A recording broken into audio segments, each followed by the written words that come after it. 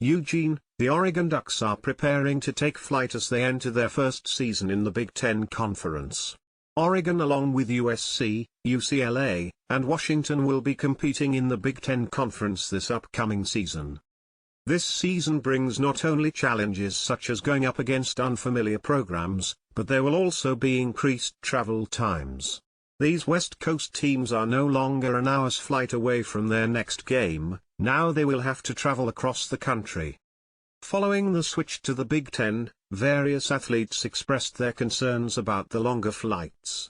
One of these athletes was former Oregon softball player, Tara McGowan. Has anybody thought of the repercussions that conference realignments have on student athletes' quality of life? You're asking them to travel across the country every other weekend while balancing school and a social life? This needs to be talked about. Read McGowan's social media post in August 2023.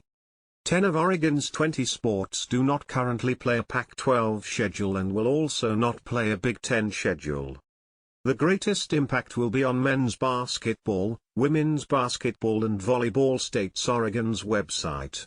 Tennis, men's and women's, baseball, softball, and lacrosse are impacted to a lesser degree in terms of increased travel days. According to the University of Oregon, the programs most impacted by the conference realignment, men's and women's basketball and volleyball, will see 3 to 4 additional travel days. These additional travel days, as well as added support staff traveling with the teams, are anticipated to give the student athletes the needed time to recover and prepare for cross-country matchups. Oregon's men's and women's basketball and volleyball schedules have all been announced.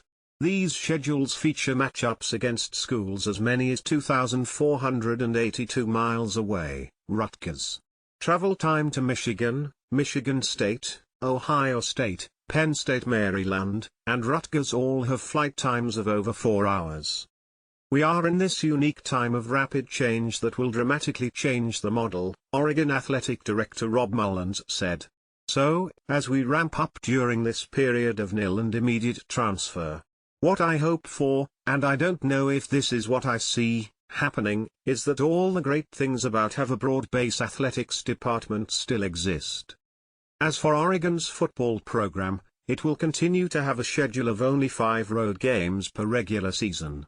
Oregon's road games this season are at Oregon State, UCLA, Purdue, Michigan, and Wisconsin.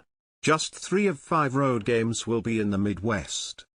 Our athletic department cares a lot about us student athletes, said Oregon softball athlete Paige Sinicki. Being able to have conversations with a lot of the athletic department has just made me realize how much I'm cared for as a student athlete here at Oregon, and just knowing that itself will take me through anything we have next year.